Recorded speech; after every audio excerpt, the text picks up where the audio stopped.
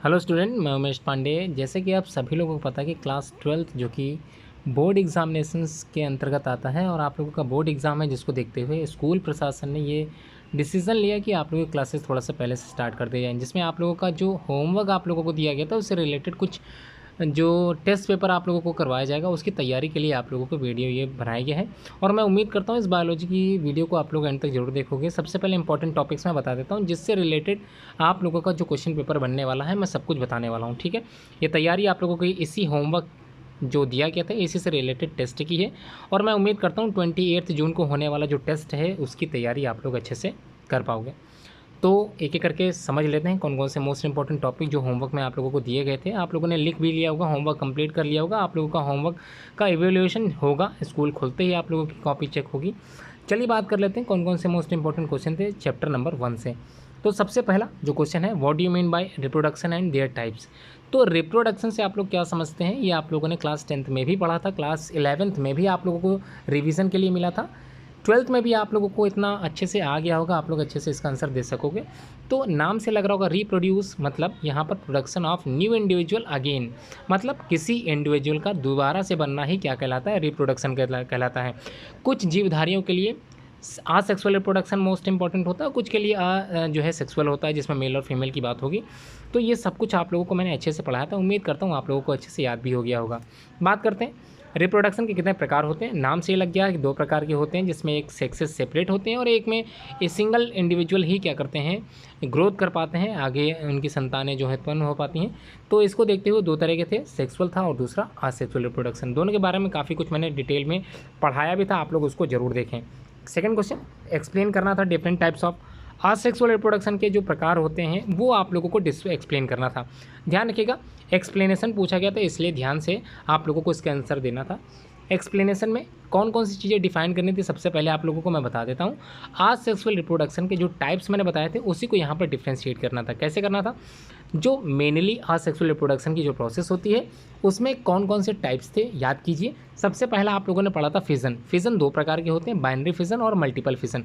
दोनों के एग्जाम्पल मैंने आप लोगों को अच्छे से याद करने के लिए कहे थे, आप लोगों ने याद भी कर लिए होंगे और मैं उम्मीद करता हूँ आप लोगों को टॉपिक समझ में भी आ गया होगा। उसके बाद आप लोगों ने पढ़ा था क्या, फ्रेगमेंटेशन पढ़ा था, आप लोगों ने बडिंग पढ़ा था, स्पोरुलेशन, स्पोर फॉर्मेशन, ये सब कुछ आप लोगों ने पढ़ा था। और सबसे लास्ट जो कि सबसे इंपॉर्टेंट था, वेजिटेटिव प्रोपगेशन। जी हाँ, वेजिटेटिव रिप्रोडक्शन ही वेजिटेटिव प्रोपगेशन कहलाता है और इसके बारे में काफ़ी कुछ मैंने सिखाया था आप लोगों को। उम्मीद करता हूँ आप लोगों को सब कुछ याद होगा, अच्छे से आप लोग समझ गए होंगे। कमेंट बॉक्स में जरूर कमेंट करके बताते चलें। आगे बढ़ते हैं। Question explain the different types of asexual reproduction, सभी के प्रकार के बारे में मैंने बताया था, आप लोगों ने अपनी कॉपी में लिख लिया होगा। इससे रिलेटेड कोई डाउट है तो आप लोग जरूर पूछें। Question number 3, describe the advantages and disadvantages of self pollination and cross pollination.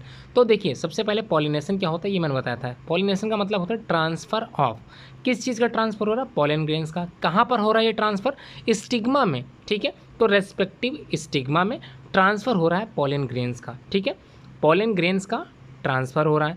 अब ये पॉलन ग्रेन्स जो ट्रांसफ़र कर रहे हैं इस प्रोसेस को हम लोग बोलते हैं पॉलिनेशन। अगर एक प्लांट है, उसी प्लांट में एक फ्लावर है जिसमें मेल और फीमेल दोनों तरह के ही लक्षण मौजूद हैं, उसी फ्लावर में अगर पॉलिनेशन हो रहा है, पॉलिनेशन का मतलब समझ में आ गया, उसी फ्लावर में अगर पॉलिनेशन हो रहा है तो उसको बोलते हैं सेल्फ पॉलिनेशन।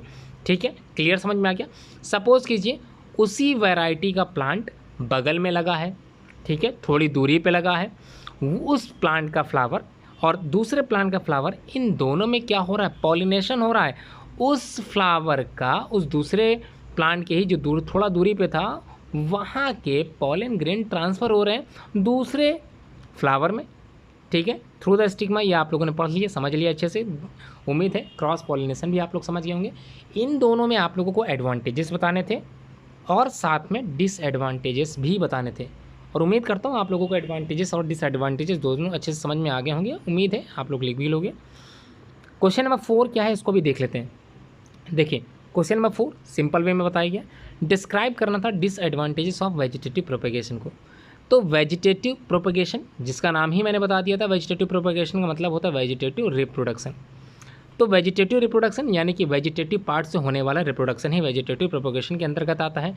जैसे बाई स्टेम, बाई रूट और बाई लीव्स, तीनों ही क्या है, वेजिटेटिव पार्ट हैं, और इन्हीं से अगर वेजिटेटिव प्रोपोगेशन हो जाए या फिर इन्हीं में से अगर रिप्रोडक्शन हो जाए, इन्हीं से अगर न्यू इंडिविजुअल अराइज हो जाए तो इसको बोलते हैं वेजिटेटिव प्रोपोगेशन। ठीक है, इसी का आप लोगों को डिसएडवांटेजेस लिखना है, जो कि आप लोगों को याद भी कराया गया था, बताया भी गया था। इसमें थोड़ी सी समस्या ये आती है कि ज़रूरी नहीं कि वेजिटेटिव प्रोपोगेशन हर तरफ से संभव हो सके। मतलब इसमें आप लोगों ने 2 तरीके पढ़े थे, एक था नेचुरल, दूसरा था आर्टिफिशियल। आर्टिफिशियल में ऐसा होता है कि हम लोग क्या करते हैं, एक पौधे की तने को, ठीक है, एक पौधे के तने को क्या करते हैं, क्रॉस सेक्शन में काट लेते हैं और दूसरे पौधे के तने के क्रॉस सेक्शन में काट लेते हैं। कभी कभी इनबिल्ड करते समय या फिर एक्सचेंज करते समय उनके तनों को दोनों ही पौधे खराब हो सकते हैं। तो ध्यान देने वाली बात यह है कि ये सबसे बड़ा डिसएडवांटेजेस होता है लेयरिंग का, सबसे बड़ा डिसएडवांटेजेस होता है कटिंग का, और सबसे बड़ा डिसएडवांटेजेस होता है आर्टिफिशियल प्रोपगेशन का, जिस वजह से आप लोगों को ये पढ़ना पड़ेगा। उसके बाद क्वेश्चन नंबर 5 में डिफाइन द फॉलोइंग टर्म्स। कुछ टर्म्स आप लोगों को मैंने अच्छे से समझाया था, याद कीजिए। यहाँ पर सिनगैमी को ही दूसरा नाम क्या था याद कर दिए, जोर दिमाग पे जोर डालिए, बहुत ही ईजी टॉपिक है। उसके बाद ओविपेरस एंड विविपेरस में अंतर लिखने के लिए पूछा गया। नाम से लग रहा ओ लगा, इसका मतलब अंडा देने वाले, और विवि मतलब होता है बच्चे देने वाले। इन दोनों में डिफ्रेंशिएट तो अच्छे से आपको आती ही होगी। उसके बाद पार्थिनोजेनेसिस एक प्रोसेस होती है, और पार्थिनोगारिब जो ऐसे फ्रूट होते हैं विदाउट फर्टिलाइजेशन क्या करते हैं, ग्रोथ करते हैं। ऐसा आप लोगों ने पढ़ा था, इसमें बीज नहीं होते, without seed formation take place. ठीक है, उसके बाद कई तरह की फेजेस आप लोगों ने रिप्रोडक्टिव पढ़ी थी, जिसमें juvenile phase is the most important phase, आप लोगों को अच्छे से तैयार होगी। उसके बाद डाइमॉर्फिज्म, नाम से लग रहा है मिलते जुलते, सिमिलरिटीज़ प्रदान करने वाले या दिखने वाले लक्षण। ठीक है, डाइमॉर्फिज्म ये आप लोगों को मैंने अच्छे से पढ़ाया था। क्वेश्चन नंबर 7 की बात करें, what are the main events involve in the sexual reproduction. कौन कौन से इवेंट होते हैं इन्वॉल्व करते हैं सेक्सुअल रिप्रोडक्शन में। तो ये तो आप लोगों ने अच्छे से तैयार किया था, कौन कौन से इन्वॉल्व इवेंट होते हैं जो कि सेक्सुअल रिप्रोडक्शन में पार्टिसिपेट करते हैं। ठीक है, लॉन्ग क्वेश्चन टाइप का आंसर ये आप लोगों ने लास्ट में पढ़ा था, इसको अच्छे से और रिवाइज कर लीजिए। Question number 7, explain binary fission in amoeba. Amoeba में किस प्रकार से बाइनरी फिजन होता है। देखिए नाम से लग रहा होगा बाइनरी, बाइनरी का मतलब होता है जब 2 भागों में ऑर्गेनिज्म टूटता है या फिर बांटा जाता है, तब उसको बोलते हैं बाइनरी फिजन। ठीक है, ठीक है, एक न्यूक्लियस 2 बराबर भागों में बट रहा है तो इसका मतलब बाइनरी फिजन हो रहा है। तो अमीबा में किस प्रकार से बाइनरी फिजन टेक्स प्लेस होता है, ये आप लोगों को अपनी कॉपी में लिखने के लिए कहा गया था। होमवर्क वाली कॉपी में आप लोग जरूर इस सब कंप्लीट करें, चेक होमवर्क जरूर होगा। ध्यान रखिएगा, आप लोगों को पता ही है इवैल्यूएशन आप लोगों का 11th क्लास का और 12th क्लास का दोनों का सब कुछ बोर्ड देखते हुए चलेगा। अगर आपके मार्क्स कम आते हैं तो ये आपकी गलती है, क्योंकि आपको पता है, क्योंकि आपको बताया जा चुका है कि 12th में प्री बोर्ड भी आप लोगों को अच्छे से देना है, 12th के सारे यूनिट टेस्ट भी आपको अच्छे से देना है, क्योंकि महामारी का दौर चल रहा है और आप लोग जानते हैं किस प्रकार से बोर्ड इवैल्यूएशन करेगा। इसलिए तैयारी अच्छे से करें जिसमें अच्छे से नंबर मैं दे सकूं। लिखोगे अच्छा तो नंबर भी अच्छे दूंगा, लेकिन अगर तैयारी बिल्कुल नहीं करोगे तो जाहिर सी बात है आप लोगों को मैं फेल भी कर सकता हूँ, नंबर 0 भी आ सकते हैं आप लोगों के। तो लिखना सब कुछ है, ठीक है। डाउट कहीं पर भी हो, कुछ भी हो, किसी भी समय आप लोग पूछ सकते हैं, सारे डाउट मैं बताता चलूँगा। आगे बढ़ते हैं, क्वेश्चन नेक्स्ट है question number 8, what do you mean bye explain the term gametogenesis. तो गैमेट का बनना ही गैमेटोजेनेसिस कहलाता है। अब देखिए गैमेट का मतलब यहाँ पर मेल भी हो सकता है, फीमेल भी होता है, मतलब स्पर्मेटोजेनेसिस की बात भी हो सकती है और साथ में ओजेनेसिस की बात भी हो सकती है, या फिर मेगास्पोरोजेनेसिस भी हो सकता है, माइक्रोस्पोरोजेनेसिस भी होता है। इसका मतलब आप लोगों को गैमेटोजेनेसिस के प्रोसेस बताते समय दोनों चीज़ों को दिखाना जरूर रहेगा। ठीक है, समझ में आ गया। कहाँ पर डाउट है जरूर कमेंट बॉक्स में पूछें। Question number 9, write the common example of the vegetative progression through the stem, root and the leaves. देखिए स्टेम, रूट और लीफ ये तीनों ही क्या है, vegetative part of the flower है, और आप लोगों ने पढ़ा था वेजिटेटिव प्रोपोगेशन। ये वेजिटेटिव प्रोपोगेशन के नेचुरल मेथड आते हैं। ठीक है, नेचुरल मेथड में ये तीनों आते हैं। इन्हीं की कॉमन एग्जांपल आप लोगों को बताना है जिसमें आप लोगों ने याद किया था। याद कीजिए, एक एग्जांपल मैं बताता हूँ। लीफ में ब्रायोफिलियम और Bignonia, these are the common example in the terms. किसमें ये किसकी बात हो रही है, लीव्स की बात हो रही है, पत्तियों की बात हो रही है। इसी पत्ती पे नया पौधा तैयार हो जाता है, इसी को बोलते हैं वेजिटेटिव प्रोपोगेशन थ्रू लीव्स। ठीक है, आप लोगों को एग्जांपल लिखने हैं, ज़्यादा डिफाइन नहीं करना। उसके बाद क्वेश्चन नंबर 10 में देखें कि आप लोगों को कहा गया था, right the common example of the binary fission, multiple fission, budding, fragmentation, sporulation, the artificial propagation. ठीक है, इन सभी के कॉमन एग्जांपल आप लोगों को लिखेंगे। ठीक है, बताने की आवश्यकता नहीं, फिर भी मैं रिवाइज कराने के तौर पर आप लोगों को समझा देता हूँ कि क्या क्या आप लोगों ने पढ़ा था। बाइनरी जहाँ पर 2 भागों में विभाजित होता है, जैसे अमीबा, पैरामीशियम, ये आप लोगों ने बाइनरी फिजन में पढ़ा था। मल्टीपल की बात करें तो वाइवॉक्स आप लोगों ने पढ़ा था, एक एग्जांपल था, तो वाइवॉक्स आप लोग लिख सकते हो। बडिंग में अगर एग्जांपल की बात करें तो hydra and yeast, these are the common example of budding process. Fragmentation mostly जो एल्गी होते हैं, मोस्टली जो ग्रीन एल्गीज होते हैं, इनमें ये प्रोसेस पाई जाती हैं।